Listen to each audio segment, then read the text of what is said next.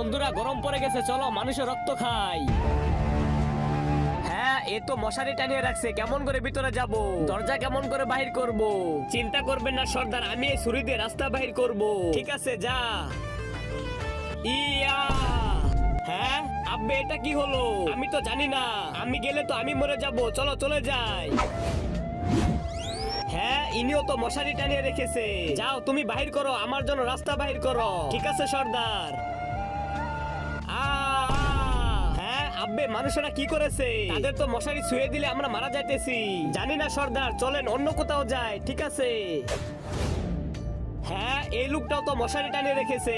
যা, আমার জন্য রাস্তা বাহির কর। আমি পারবো না, আমি যদি মারা যাই। আব্বে, তাহলে তো আমরা না খেয়ে মারা যাবো। সর্দার, রাস্তা বাহির করার জন্য আমার কাছে বুদ্ধি আছে, আমি আসতেছি। আমি রাস্তা বাহির করব।